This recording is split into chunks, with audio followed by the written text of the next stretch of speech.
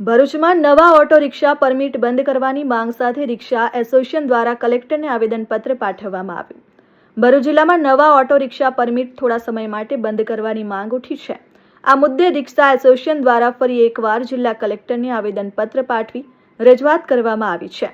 રિક્ષા એસોસિએશનના જણાવ્યા મુજબ ભરૂચ શહેર તેમજ સમગ્ર જિલ્લામાં ઓટો રિક્ષાની સંખ્યા સતત વધી રહી છે.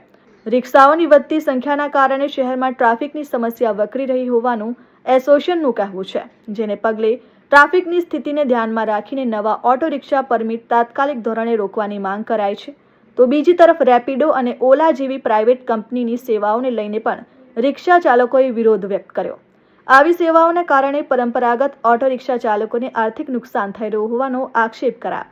રિક્ષા ચાલકોના હિતમાં પ્રાઇવેટ કંપનીઓની સેવાઓ પર નિયંત્રણ લાવવા તેમજ નવા ઓટો રિક્ષા પરમિટ પર ટૂંકા સમય માટે રોક લગાવવા રિક્ષા એસોસિએશને જિલ્લા કલેક્ટર સમક્ષ માંગ કરી છે. જય હિન્દ, જય Bharat auto rickshaw association Bharuch જિલ્લા ઘણા સમયથી અમે કલેક્ટર સાહેબને રજૂઆત રાખી હતી કે રોજ દિવસે ને દિવસ 10 થી 12 રિક્ષા આવે છે, નવા પરમિટ બંધ કરવામાં આવે.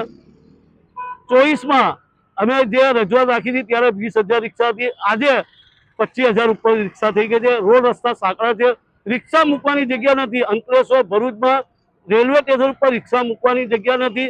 રિક્ષાવાળા જશે કઈ? એટલે અમે કલેક્ટર સાહેબને રજૂઆત રાખીએ છીએ કે નવા પરમિટ બંધ કરવામાં આવે. અને બીજી રજૂઆત, જે ઓલા ઉબેર જે અમારા પણ નુકસાન ચાલુ કર્યું છે રિક્ષા ચાલકો પર, એ તાત્કાલિક બંધ કરવામાં આવે.